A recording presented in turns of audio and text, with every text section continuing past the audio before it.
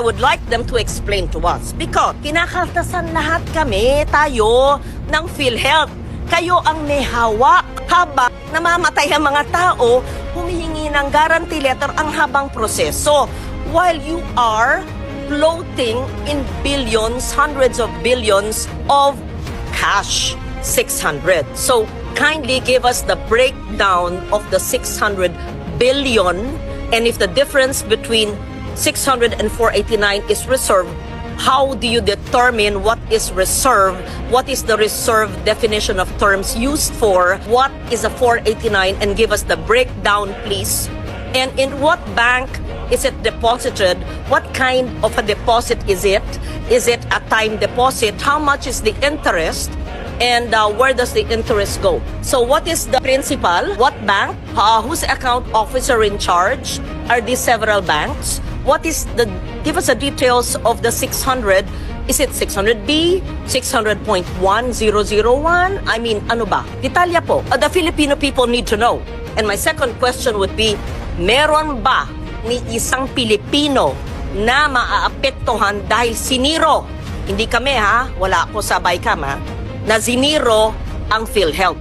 At yung mga, pangatlong tanong, yung mga ospital at mga serbisyo na umaangal sa amin dahil kami ang nasa field na marami raw babayaran ang PhilHealth sa kanila, bakit nyo para naman kayong may rubber band sa mga pockets ninyo na may pera ayaw ilabas? Hindi nyo pera yan ha? Kayo'y empleyado ng gobyerno, parang tayong lahat ha? Babayaran nyo dapat in a timely manner lahat ng mga kinauutangan ninyo. That's fiscal discipline. I think your background is finance. Balanse nyo ang fiscal discipline at saka ang serbisyo sa mga nangangailangan na mga miyembro ng PhilHealth. At nandito ang mga author ng Universal Health Care. At dapat sa Universal Health Care, sa aking pag-iintindindi, dahil ako rin ay isa sa mga author, ay point of care. Hindi na kailangan maglabas ng ID.